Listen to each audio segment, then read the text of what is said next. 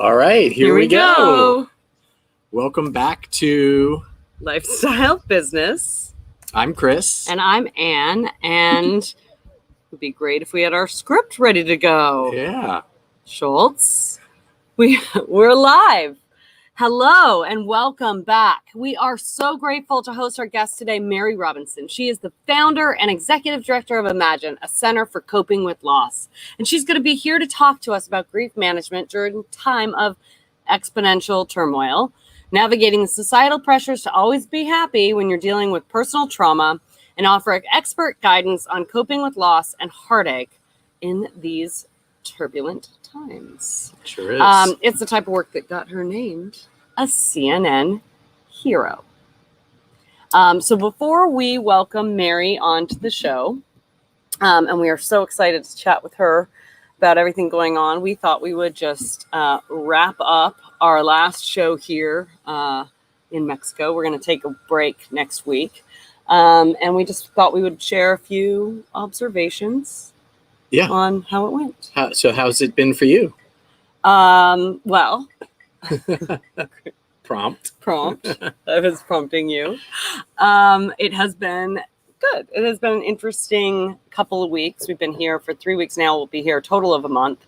And as many of you know, we uprooted the family, decided to escape the rains and the COVID, and head on out and, see what the world is like outside of our home and bubble.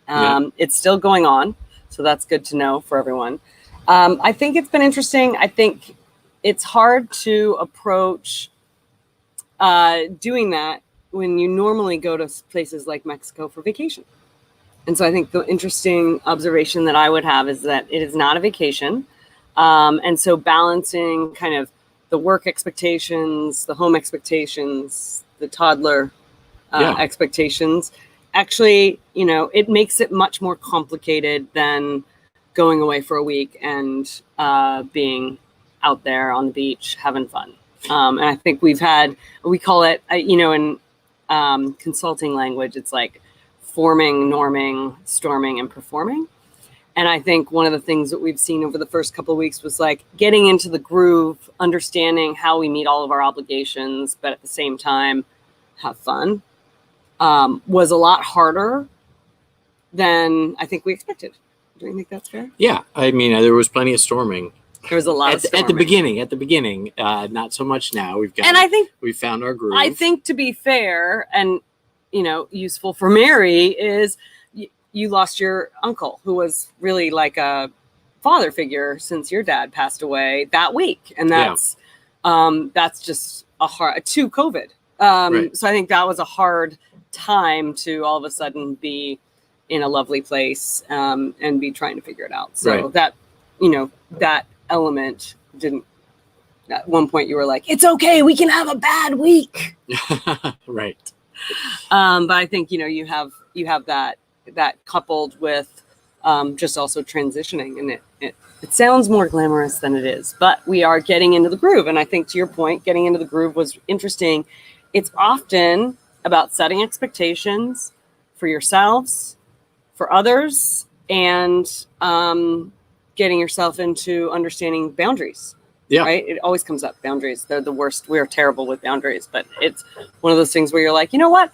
We're actually going to carve out this time to not be available, to not do work, to not do these things. Otherwise, we're going to just basically work our whole time, and we'll be like, wait, why did we do that? Why did we go, Why did we go to Mexico, go away from home, go away from our co-working space, go away from our nanny, go away from the comfort of home? I mean, I think we have settled in, and it, obviously, as Ariel, our fearless producer, said at the beginning of the journey, a family trip is different than a vacation. A family trip with a 2-year-old is a family trip. I know that well now. We understand that, especially this season of lifestyle business. We've been focusing a lot on the future of work and understanding how how things are changing right before our eyes in terms of the way people work, and we're obviously doing a lot more digital work and Zoom and work from home. And if you're fortunate, if you're privileged, if you have a job where you can work from home, people are doing that. And we wanted to experience that. One of our beliefs is that this is going to provide a lot more freedom. People will take advantage of that flexibility to do things like this. It's certainly not easy coming to Mexico with a family, but it's still being in Mexico, which is pretty great. I think one of the things that we've been seeing while we're here is this isn't some conceptual discussion about the future of work that's going to happen in 5 years, and we're all just discussing it, and once COVID is over, it's going to happen. It's here, right? There's we have met a bunch of digital nomads. That's a real thing, guys. It's not something they just call out on Instagram. There are real digital nomads. They're like we've met them in the wild. People driving around in tricked out Sprinter vans. They are younger than us. They have, big antennas with whatever satellite Wi-Fi or whatever you have on the van. And like we were down at a beach going surfing. I had a guy walk up behind me, and I was like, "Where do you live?" He's like, "Well, I'm from Colorado, but I live in my van. I've been in Mexico for about a year." And he's like, "I was trying to decide whether to go out and hit the waves or get some work done. Sit in my van and." I don't know what he did, but I'm imagining he's able to work digitally and work entrepreneurially if he's down here. But it's here, which is kind of cool. We're experiencing that, sort of future of work right now. Yeah. And I mean, really, we are, that people are here. In fact, I always think it's one of the things we've been talking about throughout this pandemic is that it has accelerated so much and so much thinking that may or may not have, people have discussed, but sort of didn't believe would actually happen. But what was interesting is in our shared complex, it's like Melrose Place, one of the couples that was here, she was a lawyer, and she literally, the woman spent 100% of her time in her little small casita thing, and she was there on calls on the phone. We were joking that she hadn't actually told anyone that she was going to be away. Okay. I think we like transparency. We are in Mexico, right? But she ended up extending her stay. She's down here for a month. Yeah. She was into it. We were like, she's literally working the whole time. But working from here made it possible. She also was one of the most, concerned and conservative people that you met. They had gotten travel insurance so that they could be airlifted in the event that they got COVID or something bad happened. Like she was very, very considered in her approach to life. And I thought, wow, if someone like that, who was uncomfortable at the beginning of even saying she was in Mexico, by the end was sort of like, you know what? I can stay here another 2 weeks. I've been super productive. Yeah. I think, what we're seeing, it's always the ones who are controlling it, and the lawyers are often controlling a lot of things. Anyway, so it has been interesting to see that. And I think it's also been interesting for us to navigate through this relative phase of our business and learning how to parent and be that work-life integration becomes real. And I think, we've talked about this throughout the year for parents who are now balancing kids at home and remote learning and all those pieces. Like it's a real impact. And I think we all just need to be gentler with all of ourselves. Yeah. Not with you, though. Anyway, let's get on to the meat of the topic. Mary doesn't want to waste her time hearing about us jawing away about Mexico. Okay, because she's actually doing real hard work. All right, let me bring her working and volunteering in the field of children's grief support since 1997. Mary Robinson's passion for helping children through trauma stems from her own personal experiences as a child. With the inception of Imagine, Mary made a commitment to create communities where children coping with loss get the support they need to thrive. be resilient, and grow up emotionally healthy and able to lead meaningful and productive lives. With a mission like this, it's no wonder CNN hailed Mary as an everyday hero, changing the world. Hi, Mary. It's great to meet you in person. I mean, and not in person. Oh, it's great to meet you and great to be here. Though, actually listening to you, I feel very jealous because I'm in New Jersey. It's snowing today. There's still a foot of snow outside from the last snowfall. And I see like the trees blowing in the breeze behind you. So I don't know. There's no reason to feel bad for us. No reason at all. We're doing our best. Yeah. But thank you so much. And we have people across the country in our different locations and our members and our team, and they're all struggling with snow. And I was chuckling because one former New Jersey community manager who now lives in Texas, she's like, these guys have no idea. New Jersey, this is just every day.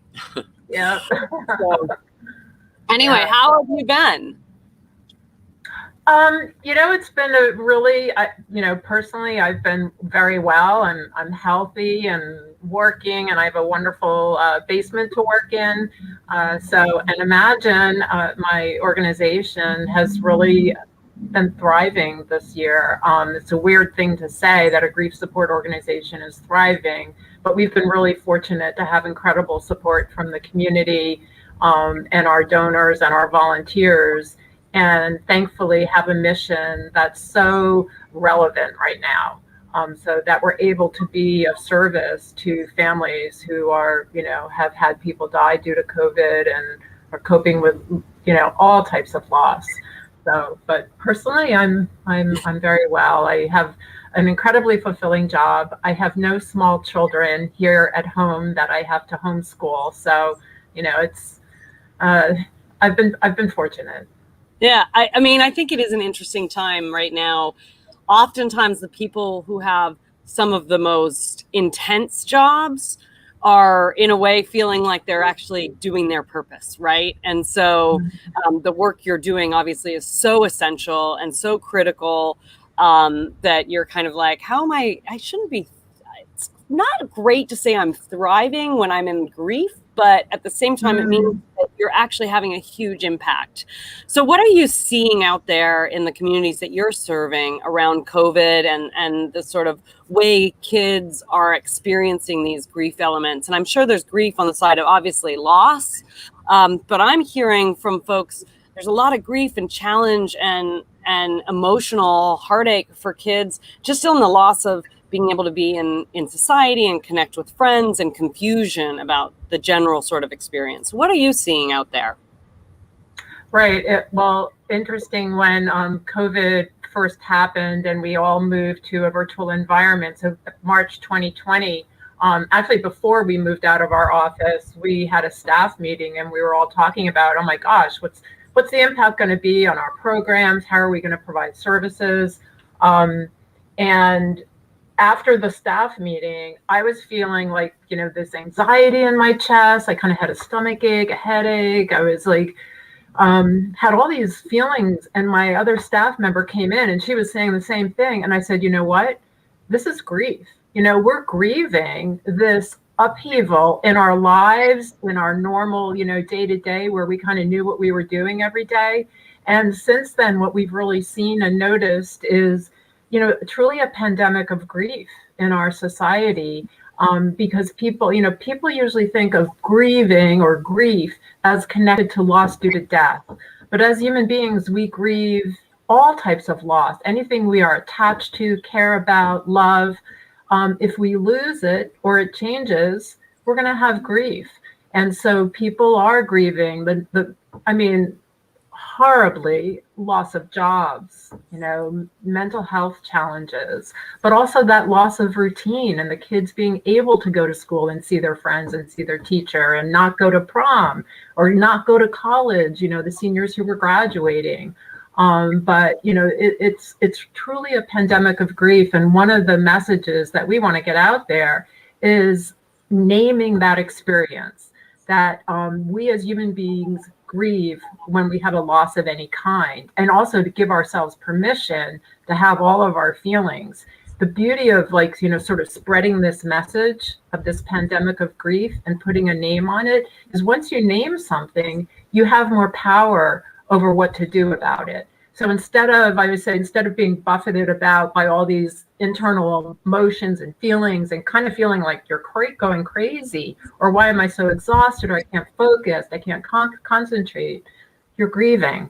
And once you know you're grieving, even though nobody's died necessarily, then you can do something about it. There's specific things that you can do. So whether it's because someone died or because there's other losses you've experienced. And I also always like to say, I don't want to say in any way that we're comparing the loss of not being able to go to your prom to the death of someone that's beloved. So, but we just wanted to normalize this idea of human beings and grief. We grieve when we lose, and we don't have to be sort of at the mercy of that grief, if you will. There's things that we can do to support ourselves and to support our children, to support our communities. So yeah, we've, this past year for Imagine, in terms of what we've seen as an organization, during the same time period as the year before, we had double the number of phone calls from families looking for support, whether due to loss, due to death, for any type of reason, but also due to COVID, coping with illness. And then a huge number of calls from schools, from nursing homes, from agencies saying we have staff members who've died, we have parents of students who've died, and we have no idea what to do and how to support them. Help us. We need training. We need education.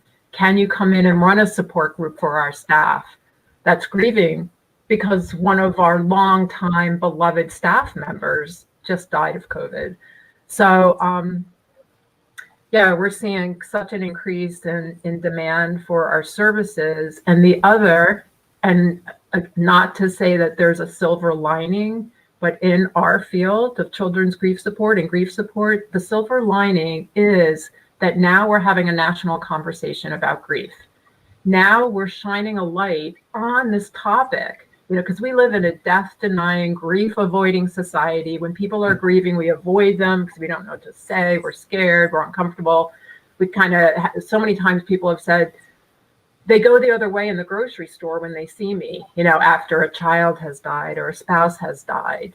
So what's happening is, and part of our mission is normalizing grief and death and dying. So as a society, we can better support and hold those, literally and figuratively, who are grieving a loss, and not have it be this thing that we feel shame for having intense emotions and feelings, and that we think we're the only one, or that we're alone. I think this is it's so important. I love the fact that grief can spend so much, and it's true, managing and dealing with grief, while personal, is also something that is confusing. And I think that your mission is so important on that, but it also comes from your childhood, right? So you suffered trauma in your childhood, and this is what's informed how you're approaching and Imagine's mission. Is that correct? Yes. My dad died when I was 14, and I was a freshman in high school. This was 1974, so there was a complete lack of awareness that when kids have a parent die, it's a trauma. If you think about the death of a parent, when you're a child, your parent is your first love, your first psychological attachment. It's literally woven into your DNA. And it's the person you depend on for your survival. So it's a trauma, but the thing is, it doesn't have to leave children traumatized if they get support. So that's why Imagine exists. I always say my brother and I lost years of our life to unaddressed grief because we didn't get support, despite the fact that our behavior changed dramatically. I say we weren't bad kids, we were sad kids. We were textbook examples of grieving children, acting out our internal distress and pain through our behavior, except nobody said anything. I quit the track team. The track coach didn't say anything. My grades went down. We skipped school. Just like there was all this acting out, which was just an expression of our internal fear and sadness and the loss of our dad and our family as we knew it.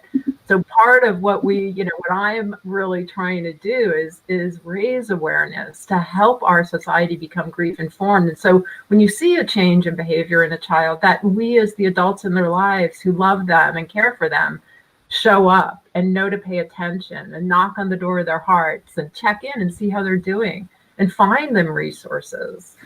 So yeah, this whole, I've been working in this field since 1997 and have started 2 grief support organizations. So I'm definitely very much discovered after spending 14 years in IT that I'm an entrepreneur. Like what I love is building and creating and creating something out of nothing. And the fact that I could create something that would have helped kids like my brother and I, so that children don't lose years of their life to unaddressed grief. So that's, kind of how I got into this was my own personal experience and the lack of support.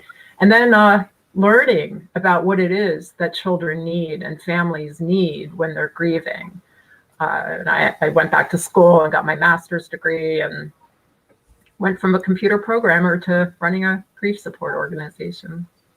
That's really interesting and such an important mission. Mary, I wonder, I know it's very tough to sort of, create a synopsis for a podcast, but for everybody who is experiencing grief, maybe on 2 levels, a loss of a loved one might be a different path than, loss of, a normal prom date or a normal, school year or whatever. But I'm wondering if you can give either some, tips for people dealing with it, or we have a lot of parents who watch the show and, are thinking about their own children. What could they be thinking about, in terms of having conversations with their children right now?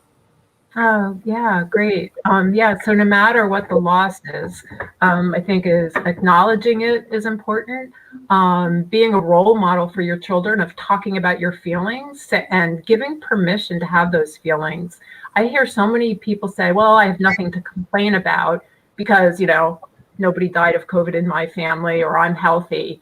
But, it's like, we need more complaining. Yes, have all your feelings. Don't keep them bottled up inside. So I think parents can be a role model for their children by saying, today I'm feeling really blue. I'm feeling really sad.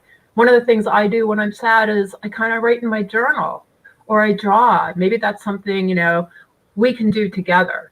So it's really acknowledging that all feelings are okay. And then there's really 4 basic things that help all of us as human beings when we're dealing with loss of any kind. And one is talk. So little children talk through play. So putting out things for them to play with, they talk through crayons and paint and clay. And but talk is the thing that helps us connect our emotions with our cognition.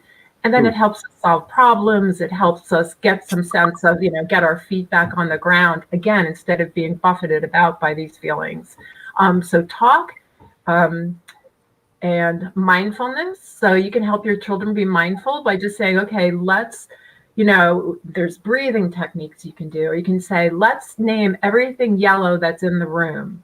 Or do a detective game. Let's go out into the yard and find everything that's, I guess green wouldn't be the right color for the yard, but, so kind of helping your children be in the present moment, do some breathing techniques for them. One of a simple one is breathe in for 4, hold it for 7, breathe out for 8, and kind of do it with them.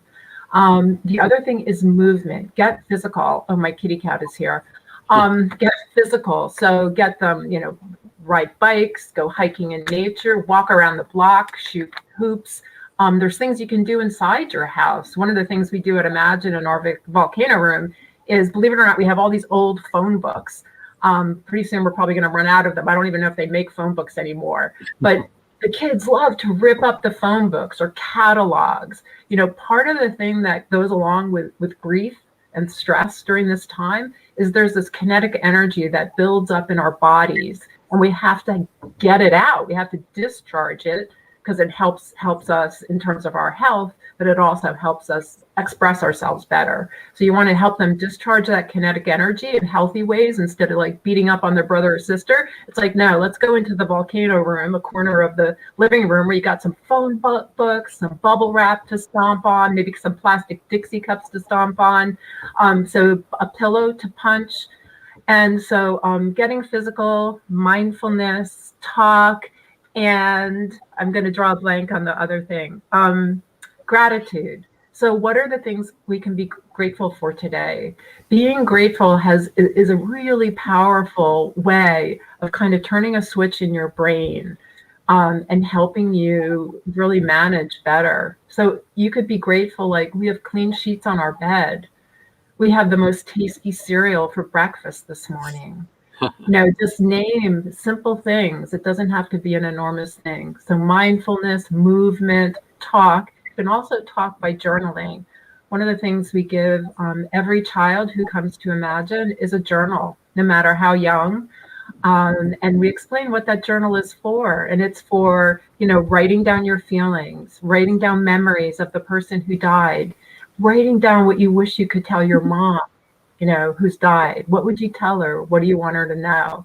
So journaling is like getting it down on paper. The whole idea is get it out from within your body and express it. So I mean, when we talk oftentimes about grief, I think you're right, which is the societal norm wants it to almost go away and fit neatly in the box. Are you over it yet? Are you getting through it? I think people who are, when you witness people going through grief, sometimes they want to push past that trauma moment or the pain, or else they fold in and they don't want anyone, they kind of become protective, right? How do you push past those moments? Because, part of what you're saying is letting it out. By the way, being angry is a very unattractive. People feel that being angry is very unattractive, or I'm losing control, or I'm doing that, but it's actually a really critical part, and it's going to come out. And if you put it into a box, you're going to be angry at somebody because of what you're really angry about. So how do you break past those shells? What's a good tip for that? Yeah, that's a good question, because it's different for everybody. So grief is very idiosyncratic. It's based on, your unique personality and temperament and the relationship you had to the person or thing that you lost. And everybody does it in their own time frame. So I think what we can do is provide the vehicles. So if your kid isn't talking to you, for example, and especially with teenagers, that's why we run peer support groups, because they like to talk with other kids, not necessarily their parent. But so sometimes it's finding who's the adult in your child's life that they feel safe with. Is it a teacher? Is it a coach? Is it an uncle or favorite aunt? But the other thing is to put those tools for expression, make them available, be a role model for doing it yourself, writing in the journal. I know one family that just puts a notebook in the front hallway. And whenever, if the child is like, I don't want to tell mom this, but I want her to know it, they just write it in the notebook. Then they know mom's going to see it. So, and the other thing is give them tools, for drawing. So drawing pencils, sketchbooks, crayons, Shakespeare, the Shakespeare who said, give sorrow words. And we say, give sorrow words, but also crayons and paint and clay and, so vehicles for them to express themselves when they're ready. And it may be, late at night in their room. It may not be when you're ready for them to talk. And so that's why our peer support model is we follow the lead of the child, of the teenager, of the parent. We don't say, okay, tonight everybody's going to talk about their loss or everybody's going to talk about the funeral. It's like we let everybody be where they are and trust in their ability to heal in their time, given the right environment. So our job as the adults, our job at Imagine is to create the environment in which healing can take place. Interesting. Mary, I'm curious what on a sort of a global scale, I was going to say across the US, but really we're dealing with this across the world right now. What are some things that you think would be helpful for for people to know, potentially even for, the government to support, I imagine organizations like Imagine, but, to help us all collectively process this grief, right? As you said, naming the emotion that we're feeling as we're going through this time, whether it's loss of life of a loved one or just loss of a job or routine. But what are some resources? What are some things we could be doing, collectively to help us work through this? Well, I think the best thing we can be doing, whether it's the government or the local community, is really helping human beings develop resilience. So resilience isn't something that we're born with a certain amount and that's it, that's what you get, and some get more and some get less. Resilience is really a process. It's something that can be developed and something that we can help kids to do, and we can help adults grow in their resilience. And then, resilience isn't about bouncing back to sort of the pre-trauma way you were. It's really about the process of moving forward with good outcomes in spite of serious threats to our adaptation or development as human beings. So the beauty of resilience is it's kind of like the ordinary magic we all have inside of us. And sometimes, though, it takes a guide to help develop it. And so I think helping human beings learn how to cope, how to grow in your resilience and how to cope. And I think that I want to make a mention of one way, the government is doing it here in New Jersey. They developed, which I think every state should do, an Office of Resiliency, really designed to make sure that all the people in the community, so the school districts, the clergy, the first responders, the police, the healthcare providers, understand resilience and how to support people in growing in their resiliency. Like if every state had an Office of Resiliency and understood that we need to be trauma informed and grief informed, because almost everybody you encounter has dealt with trauma as a child and may have been affected and didn't get support and now is working with an impaired brain. Basically, if you suffer from adverse childhood experiences, it impacts your brain development. But unfortunately, the people the kids are interacting with don't understand. They can't do what you're asking. They don't have the impulse control. So I'm a huge believer in our society becoming grief and trauma informed, helping human beings develop resiliency and coping skills. Because, the thing that we don't learn as children is how to lose. We do a great job teaching people how to win and how to succeed and kids. But the thing is, loss is a part of life, of every single person's life, from infancy onward, but nobody teaches us how to do that. One of the things Imagine is committed to is making sure that all the school districts in the state of New Jersey become grief informed, that they have a culture that understands that if a student has had a loss, whether due to death or divorce, something related to COVID, a relationship ending, not making the team or getting into their college of choice, you've got classrooms of students coping with loss, but without the tools that they need. So it impacts their grades, it impacts their ability to do well in school and to thrive in their lives. So I feel like it's something that's really been missing in our society and in our schools and in our agencies and in our, what we teach our first responders and everybody. So the Office of Resiliency in New Jersey, and I want to also mention there's an organization called Evermore, evermore.org, that has started a movement to create an Office of Bereavement in the United States at the federal level. I just want to say what let me see if I can pull it up, I'm finding it tricky. So Evermore, it's an emerging movement of concerned citizens who believe that bereavement care in America is broken.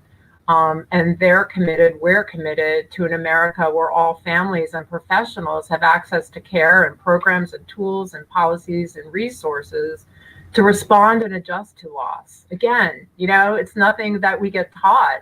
And so we're very ill-equipped to deal when there's a loss, and we're all reacting very reactively. I think that employers should institute a bereavement leave. And that companies should create a culture of support for loss. The cost of bereavement and grief in companies to their bottom line is enormous. And I want to give a shout out to PSEG, our utility company, local utility company here in New Jersey, I think is really blazing a trail in this area in terms of their response to the losses in their workplace, with 13,000 employees and all the losses that they've experienced. And how are we going to support them, as we're expecting them to also work and show up, but a family member has died or a coworker has died. So I don't know if I answered your question, but this is a great, super helpful resource. Thank you. And I just wanted to tap in. So a lot of people in our audience, we call it working entrepreneurially, right? So a lot of our audience are people who are starting their entrepreneurial journey or have been, doing it for the last however many years. You made that leap from computer science into entrepreneurship and service, really. And so what advice would you have for folks who are maybe in a good job, but are feeling a little unsatisfied and wanting to take that very scary leap into entrepreneurship? Do you have any suggestions or advice or sort of stumbles that you went through that can kind of be a guiding principle for them? Okay, yeah. Well, my advice is just do it. I have to say that I spent years afraid of making that leap. I had a sign in my bedroom mirror for a year before I left my job at Prudential that said, "Leap and the net will appear." And I finally realized that unless I created space in my life for new things to happen, that I was never going to be able to make a change because my job was so all-consuming. But I planned for it. I downsized. I sold my house. I lived more simply. I also was fortunate. I didn't have to. People have some serious responsibilities. They have a mortgage and they have kids, and not everybody can take that leap. But when I did it, stepping through that fear felt like the most brilliant moment in my life. And not brilliant smart, just brilliant that stepping through fear brings you, is that sort of like, I did it and it opened up a whole new world. And I think the other thing is just networking, talking, conversations. I feel like the beginning of anything starts with a conversation. So talking with a lot of people, having a spiritual practice is really helpful, something that can really keep you grounded. And, for me, it is sort of how I'm wired. So it's not so easy for, I don't know if you know the Myers-Briggs types, people who are more, kind of INTJ, harder for them to take that leap. But I think, so it's like believe in yourself and your vision, your sort of your dream. And I believe the universe shows up to support us in our dreams and in our right intentions, if it's meant to be in the world. And I really believe Imagine was meant to be in the world because we have just grown and grown, and everything we've needed has shown up to support our vision, of a world where no child grieves alone. So I don't know if that helps. Have that note in my mirror, leap and the net will appear. And also having friends who support you. The day I finally gave my notice, I talked to a friend. She was probably sick of hearing me talk about I don't feel like this is the right fit. I feel like a fish out of water. She said, "Mary, walk in there tomorrow, press on your resignation letter, and you march into your boss's office and give it to her." And she said, "But first get a latte." And I had never gotten a latte since 1997. And I was like, okay, I just followed her instructions. I got a latte.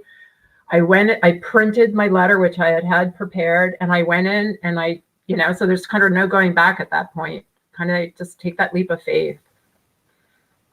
I love it, and congratulations to you for doing that. And obviously, the universe is responding to that decision and the need for the services you're providing right now. So thank you. But I love that note in your mirror: the leap and the net will appear. I think that's that's that thing that so many would-be entrepreneurs or people who want to design their lifestyle around working entrepreneurially sort of need to hear that you can do it. You can do it. You can make that change, and that will happen. So so thank you for that. Yeah. Step through your fear. I think, because like no matter what we're up to in life, stepping through our fears, that's how we grow. And I also have to say, I actually did go trapezing. I went to the West Side Highway in New York, and I jumped off the platform. Then the net was below, but it was almost like a symbolic way of putting into action. Like, it was scary climbing up there and jumping off. And so maybe go trapezing. Yeah. The other comment I wanted to make was a lot of the techniques for processing grief that you mentioned are probably good techniques for being an entrepreneur, right? For taking that journey and that risk and the ups and downs and the failures. There's a lot of parallels there. Obviously, hopefully some of the entrepreneurial journey is not just grieving, but the process, there's a lot of processing along the way that needs to happen. There is. It's a roller coaster. And I think the other part of being entrepreneurial, as I'm sure you guys know, is perseverance. You just have to persevere. You have to hold that vision, like that's your North Star, and you persevere. And I think, I discovered along the way, problems are part of the journey and solving problems. There's no guarantee it's going to be smooth sailing. So that's just part of the job. Solve that, and then the next problem will come up, and just persevere. Yeah. Yep. There will always be more problems. Are we going to pay the rent this month? Yeah. Some months worse than others. Anyway, great. You have also, we're going to wrap it up and move on to Member Magic. But before we do, you are running Imagine a World, the tour. So do you want to chat a little bit about that for our audience, or is that something that you can share with us? Yes. 3 times a month, we offer virtual tours of our beautiful centers in Mountainside and in Newark. And they're just 1 hour. They're moving, inspiring, and educational. Our goal is that when people come on a tour and leave the tour, that they show up differently the next time they encounter someone who's had a loss. So it's an incredibly valuable use of 1 hour. You can do it from the comfort of your living room, and you can register. We actually have one tonight at 7 to 8 p.m. and people can register on our website or just contact me. That's great. And can you share your website with us? And Ariel will put it up in the comments just for anybody watching. There it is. There we go. Yes. He's like, not my first rodeo. Yeah, imaginenj.org/tour if you want to register for a tour. And the tours help us live our mission of education and advocacy on behalf of grieving children, and making sure everybody in the community knows of us as a free resource. So thank you for this opportunity to. Oh, great. It was great to meet you virtually. We look forward to attending a tour. We can't do one tonight because we're kicking off our scholarship cohort in Stockton, California, but we will try to be in on one of the March ones, because I think this is so important. Thank you so much, Mary. Thank you for the time and all the work you're doing. It's people that you are shining a light on the challenges that we as society face, and the work is tireless and sometimes thankless, but probably in your world, it's always appreciated. It's rewarding and fulfilling and feels like a gift. So thank you very much for your time today, and we will talk to you soon. Great. Thank you for all you do. All right. Thank you. Okay, we're on to Member Magic. Woo-hoo! What are those members up to this week? Last week, we got a lot of Member Magic today. All right. Go ahead. All right. Well, sticking with Newark, when Britt Harley, shining the spotlight on Launchpad member and former host Britt Harley, whose collaborative effort, Community Storytelling Lab, has gone live. Community Storytelling Lab seeks to elevate the untold and underreported stories of Newark by listening to city residents, building deep relationships with them, and producing community-centered storytelling. So congrats to Britt. And congratulations to Bricks for Kids, who is a participant in the Spread the Love sweepstakes. In addition to receiving a financial prize for the next 5 weeks, Newark shoppers can enter a sweepstakes to win gift certificates for Bricks for Kids and other local businesses. Very Congrats cool. to Bricks for Kids. Lots going on in Newark. All right, Newark and Audience Town, the advertising platform for real estate, moving, and home, announced that it has raised $2.1 million in seed funding. Woo woo! High five. Ring that bell. Yeah. Shout out to Dio.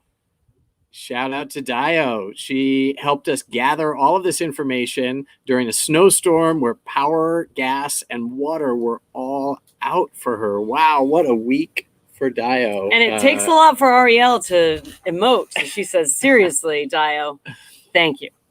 I can't believe she's dealing with that as a former Newarker resident now in Houston. It's crazy what's going on in the U.S. right now. It's going all over the country. Climate change is real. For those who deny it, I don't want to talk to you.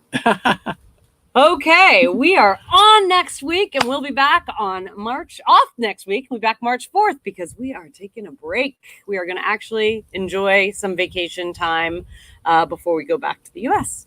On March 4th, we're going to be welcoming Gensler, an international architecture design firm leading the way on strategy and vision related to the future of work, and also one of our favorite collaborators. We're working with them. They are our design partner for our space in Mesa, Arizona, which is set to open next spring.